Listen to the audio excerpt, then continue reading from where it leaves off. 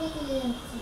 ভাইরা আমার, আজ আমি দুঃখ ভরা ক্লান্ত মনে আপনাদের সামনে হাজির হয়েছি। আপনারা সবই জানেন এবং বোঝেন।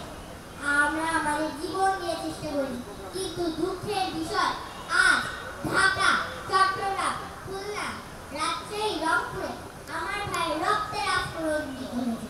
কি আজ বাংলার মানুষ মুক্তি চায়, বাংলার মানুষ বাঁচতে চায়, বাংলার মানুষ তার আত্ম অধিকার চায়।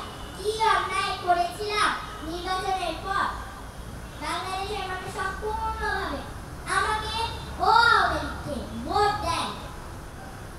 আমাদের ন্যাশনাল অ্যাসেম্বলি বসবে, আমরা সেখানে শাসনতন্ত্র তৈরি করব এবং এই দেশকে গড়ে তুলব। এই দেশের মানুষ অর্থনীতি, রাজনীতি ও সংস্কৃতির মুক্তি পাবে। কিন্তু দুঃখের বিষয়, আজ দুঃখের সাথে বলতে হয় 23 বছরের করুণ ইতিহাস, বাংলার অত্যাচার, বাংলার মানুষের রক্তের ইতিহাস, 23 বছরের ইতিহাস।